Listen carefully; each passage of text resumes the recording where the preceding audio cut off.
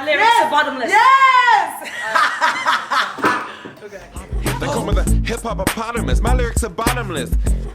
Nothing rhymes with Alright.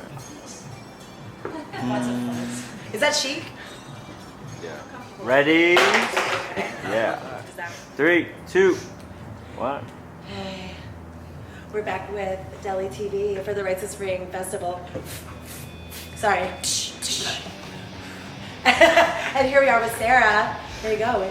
Telling your band's name even though everybody knows. Do they? Yes. Wife. Knife! We're babies. We're just a year old. Oh my god. Yeah, that's so true. I've seen you perform, and my dude, I mean, come on. I was in the front row, and I was like, yes, no, yeah, for sure. No, of course, you know when I'm in the front row because I'm like screaming, and but it's not about me. But your performance is fucking incredible. Thank you. Yeah. Thank you so much. I mean, the whole thing about this Rite of Spring Festival is to make people, well, to not only express yourself in ways that, you know, maybe would make other people feel uncomfortable, but in a very good way. And I think that you do that personified. Have you always been that way? Or Like, screw it. Yeah. This is who I, no, that's really hard for me. I'm actually, if you believe it, an introvert. Actually, I am an introvert, but I started acting when I was like 10 and I never stopped, and I would shake in auditions, and then over time you just kind of develop the nerve and you do it because you love it, and you kind of learn how to channel the nerves and the fear into just like energy. Right. And I think I said this, I talked to Jason about this. I just love really raw, vulnerable, but mammalian, crazy, like just out there roles. Yeah. And being raw and vulnerable and letting yourself be kind of free, and I am a Gemini, crazy. So like when we started the band and I started singing, I mean the same kind of ended up being true. I found myself going to the same kind of like raw places. I mean I used to write poetry, so like finally getting to be in a band, because I've always loved singing, and getting to just bear it all was amazing, but it's always scary. Like it's always hard, but then you find it, like when you find that moment and you lose yourself in it, that's what keeps you coming back. That's like the catnip, that's the adrenaline and the drug of performing, right? Of being an artist, when you really just kind of black out and you lose yourself. So I just am always kind of chasing that, and I just love it so much. But like, no, it's hard for me, I think, to fully let go.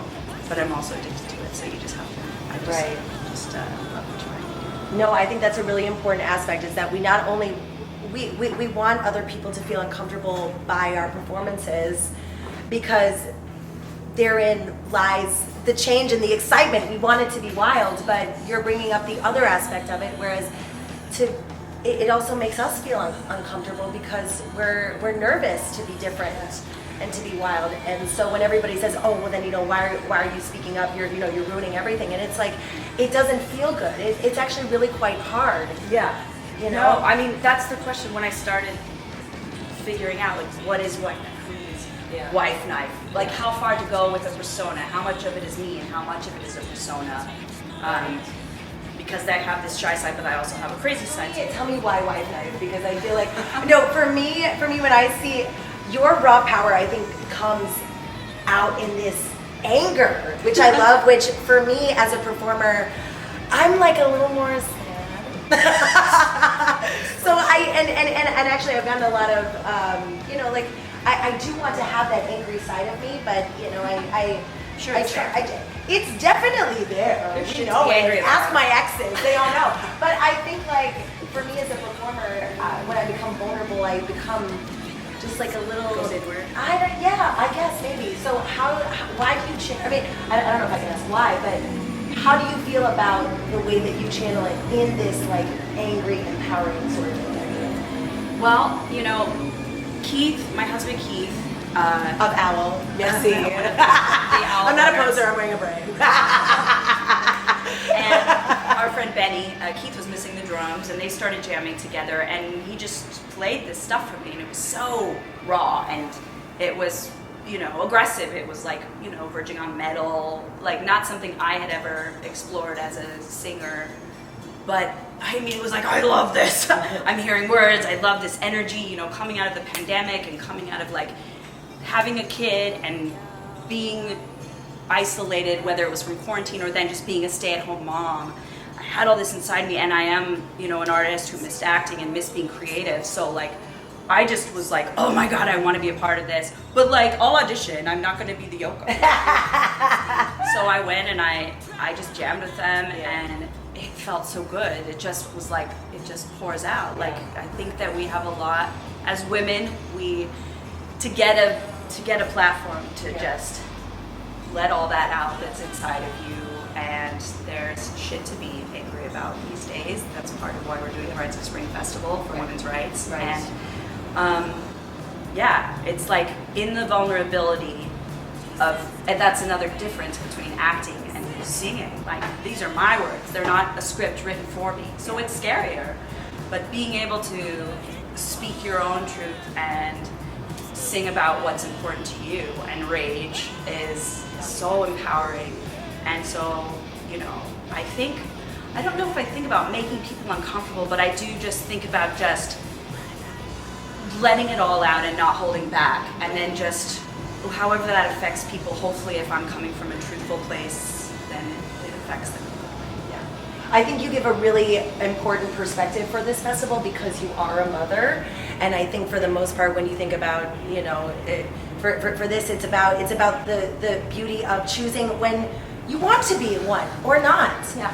And I think that that's really important. I think maybe certain closed-minded people think that like this is just like, no, I'm never gonna have children. We're never gonna procreate ever. We're never gonna fuck. Angry feminists who don't love but men are procreating. Let's penetrate the world, my dude. My no, God. no, but I think that you give this really beautiful, powerful perspective, and I think it's incredibly important for the festival, and I'm really glad that you're playing. Obviously, it's an owl. But yes, Thank you so much. Yeah. It's a personal thing. I mean, my kid is the most incredible thing, and that happened to us, and she was a surprise, and she was a miracle. But I also, of course, believe in women being able to choose.